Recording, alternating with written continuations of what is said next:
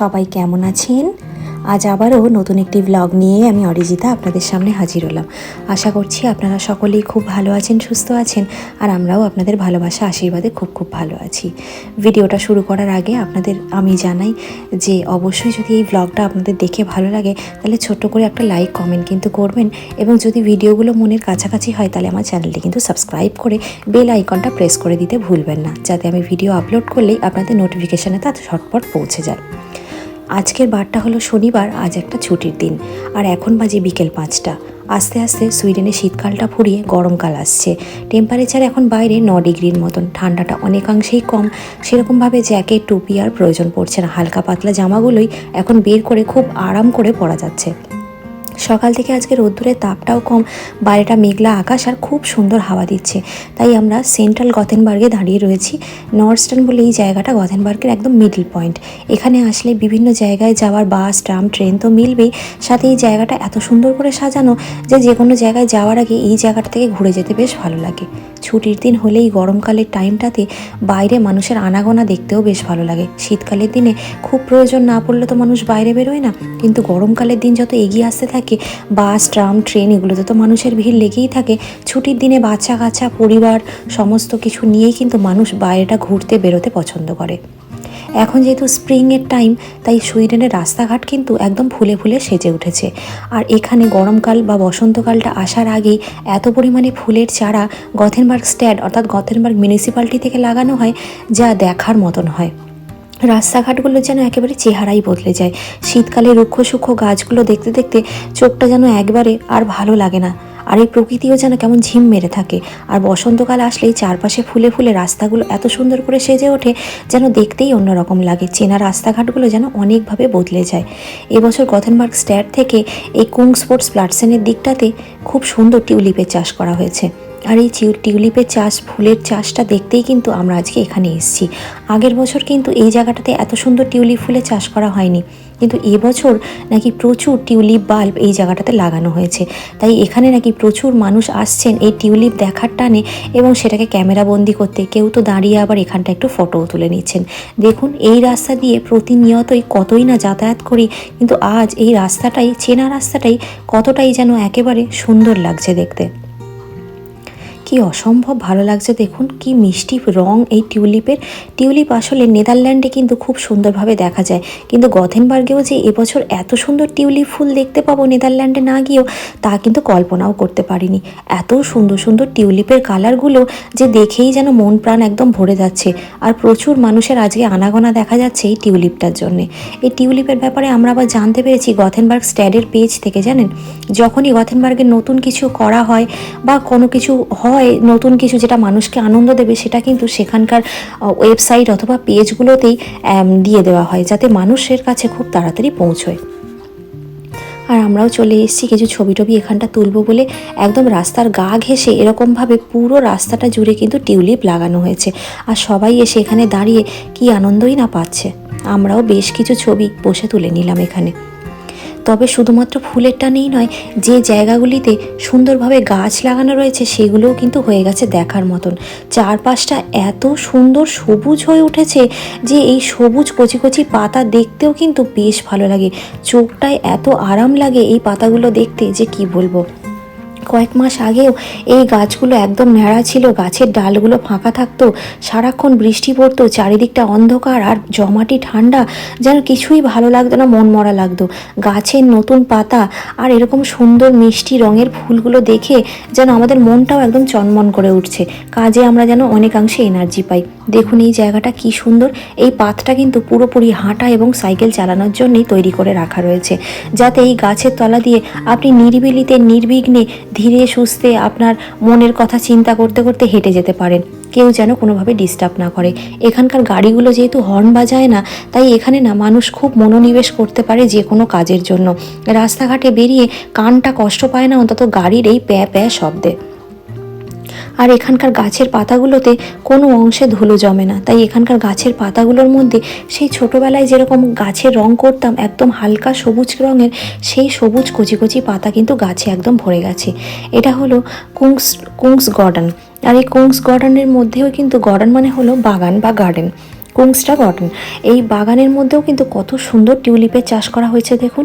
আর এই সমস্ত চারা গাছগুলোই কিন্তু গরমকাল পড়ার আগেই এখানকার মিউনিসিপ্যালিটি থেকে উদ্যোগ নিয়ে এসে লাগিয়ে দিয়ে যাওয়া হয়। তবে একটা অবাক করা বিষয় হলো এখানকার কোনো মানুষই কিন্তু ফুল কিন্তু তোলে না। আর এখানে কেউ যদি ফুল তোলে সেটা দেখেও এরা ভীষণভাবে বিরক্ত হয়। প্রাকৃতিক সৌন্দর্যের উৎস হলো এই ফুল, আর এই ফুল তুলতে দেখলেই ওদের ভীষণ রাগ হয়। দেখুন বাগানটা কি সুন্দর লাগছে দেখতে, চারপাশে গাছের পাতা। আর এখানে শুধুমাত্র গাছ যে লাগানো হয় তার থেকেই যে ফুল হয় এমনটা নয়, ঝোপঝাড়ের মাঝেও এরকম অনেক গাছ দেখতে পাওয়া যায় যে ফুলগুলোর নাম হয়তো আমরা জানি না, কিন্তু এরকম সুন্দরভাবে ফুটে থাকে বসন্তের আগমনে। তাই তো অন্যান্য দেশ থেকে প্রচুর মানুষ সুইডেন ঘুরতে আসেন এই বসন্তকালটার সময়। আর বাগানের ঠিক মাঝখানেই এরকম সুন্দর একটা ফোয়ারা লাগানো রয়েছে, আর ফোয়ারার চারপাশটায় বসে মানুষ গল্প করছে, ফুলের সামনে দাঁড়িয়ে ছবি তুলছে। বাচ্চারা পার্কের মধ্যে ছোটোখাটো অ্যাক্টিভিটিস, ছোট্ট পার্ক স্লিপ, তারপরে আপনার দোলনা করা রয়েছে সেগুলো চড়ছে। বসন্তকালে শুধুমাত্র গাছপালা বা প্রকৃতি দেখতেই ভালো লাগে না, চারপাশে এত মানুষজন, ছোট ছোট বাচ্চাদের কোলাহল, তাদের হাসি, তাদের কথা শুনতেও কিন্তু ভালো লাগে।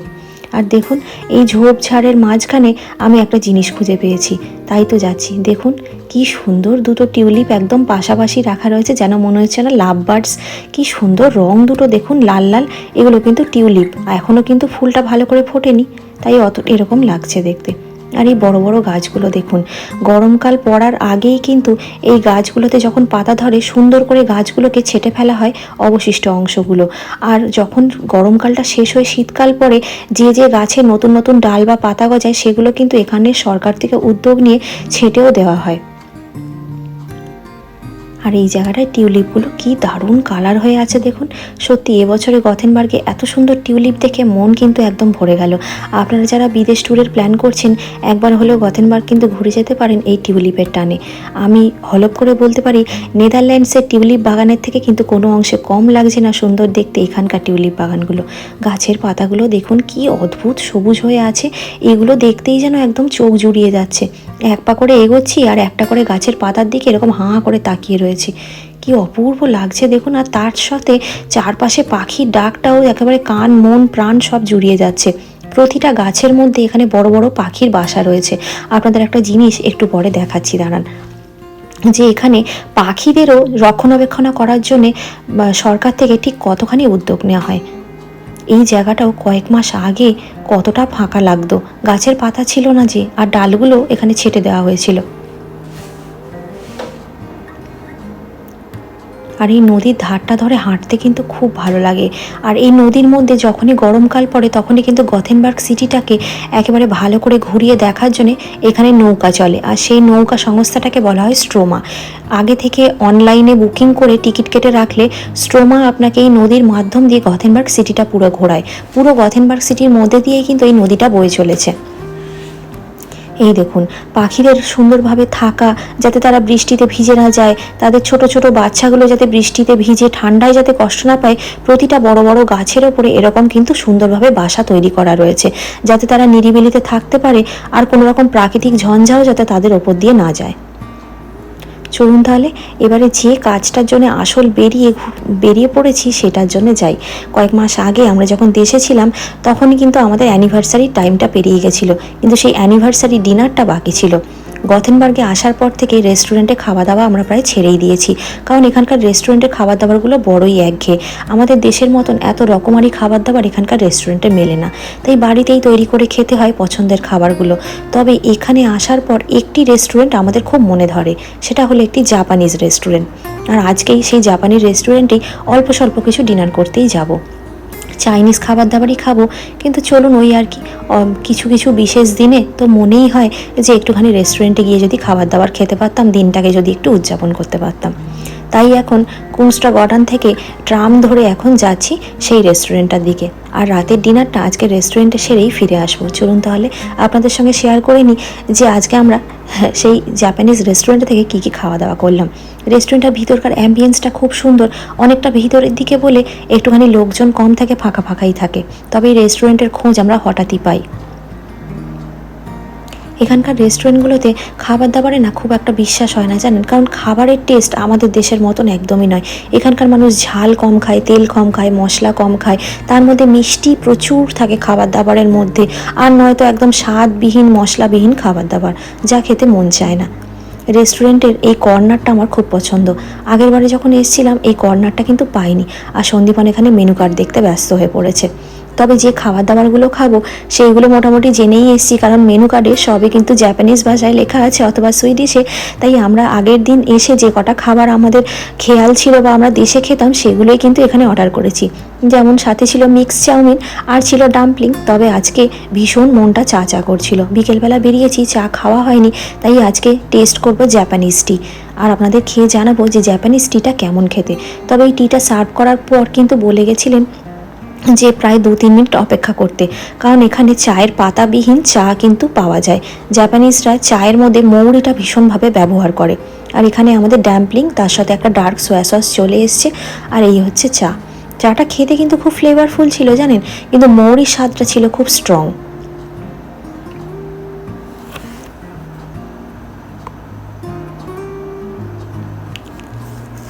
আর এখানে আমি এখন ব্যস্ত হয়ে পড়েছি চিকেন ডাম্পলিং খাওয়ার জন্য। তবে জাপানিজ রেস্টুরেন্টে এই ডাম্পলিংটাই কিন্তু খেতে ভীষণ ভালো লাগে। চাউমিনের টেস্ট অতটাও ভালো হয় না, স্মোকি হয়, যেটা অতটাও আমার খেতে ভালো লাগে না। কিন্তু ডাম্পলিংটা খেতে এত মজার হয় যে মানে 5-6 পিস খেয়েও যেন মন ভরে না। আর এই হলো আমাদের মিক্স চাউমিন, ওই চিংড়ি মাছ, ডিম, চিকেন এই সমস্ত দিয়েই আমাদের চেনা পরিচিত চাউমিন এসে গেছে আমাদের টেবিলে। চলুন এখন খাওয়া দাওয়াটা শেষ করে নিই। আর আজকে খাবার পরে খুব ডেজার্টের জন্য মনটা কেমন কেমন করছিল, তাই এখানে ডেজার্টের চেনা অপশান হিসাবে ওই ব্রাউনি আর তার সাথে ভ্যানিলা আইসক্রিমই ছিল, সেইটাই নিয়ে ফেললাম। খেতে খুব একটা খারাপ ছিল না, তবে খুব বেশি ঠান্ডা থাকলে এইটা আইসক্রিমটা হয়তো আমরা একটু অ্যাভয়েড করেই চলি। কিন্তু আজকে বেশ মনটা চাইছিল যে মিষ্টি মুখের মাধ্যম দিয়ে আজকের অ্যানিভার্সারি ডিনারটা এখানে কমপ্লিট করার। খেতে বেশ ভালোই লাগছিল। চলুন তাহলে আজকের দিনটা তো খুব সুন্দরভাবে কাটালাম, আর আপনাদের সঙ্গে একটা সন্ধে, একটা ছুটির দিনও অল্প স্বল্পভাবে শেয়ার করে নিলাম। রেস্টুরেন্ট থেকে বেরিয়েই এই গাছটা চোখে পড়লো। দেখুন কি সুন্দর হয়ে আছে চেরি ব্লসমগুলো। চেরি ব্লসম যখন পুরো গাছে হয়ে থাকে তখন পুরো সাদা রং, আর ধীরে ধীরে রংটা পরিবর্তন হয়ে কি সুন্দর পিঙ্ক কালার হয়ে যায়। আবার তার চারপাশ থেকে কত সুন্দর কচি কচি পাতাও বেরিয়ে গেছে।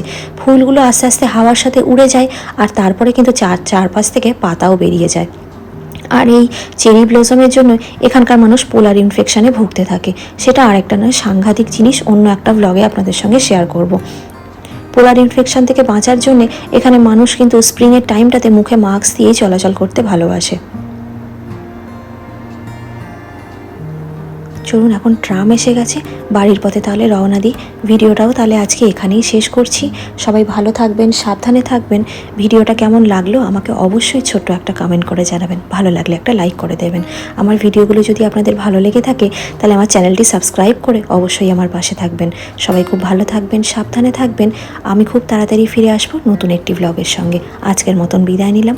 এই ভিডিওটি যদি আপনারা আমার ফেসবুক পেজে দেখে থাকেন, পেজটি কিন্তু অবশ্যই ফলো করে নেবেন।